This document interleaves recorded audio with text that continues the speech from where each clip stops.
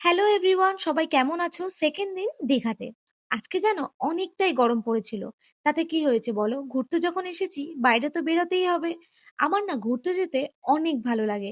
বিয়ের আগে কখনো মা বাবার সাথে ঘুরতে যাওয়ার সুযোগ হয়ে ওঠেনি, বা সেটা হয়তো আমার কপালেই ছিল না।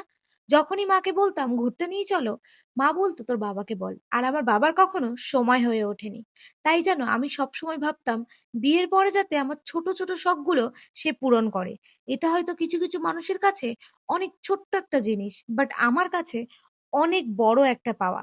কি জানো তো, যে ছোট ছোট খুশিতে নিজের ভালো লাগা খুঁজে পায়, তার পাহাড় সমান কোনো কিছুরই প্রয়োজন পড়ে না। আর আমি মনে করি বিয়ের পরে একটা মেয়ের কাউকে প্রয়োজন পড়ে না, যদি তার হাজবেন্ড ভালো হয়।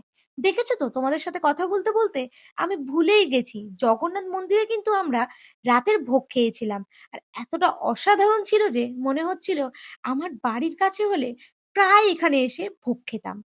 তোমরা কে কে জগন্নাথ মন্দিরে ভোগ খেয়েছো আমাকে কিন্তু বলতে ভুলো না। তো এখানেই সবাইকে বাই বাই।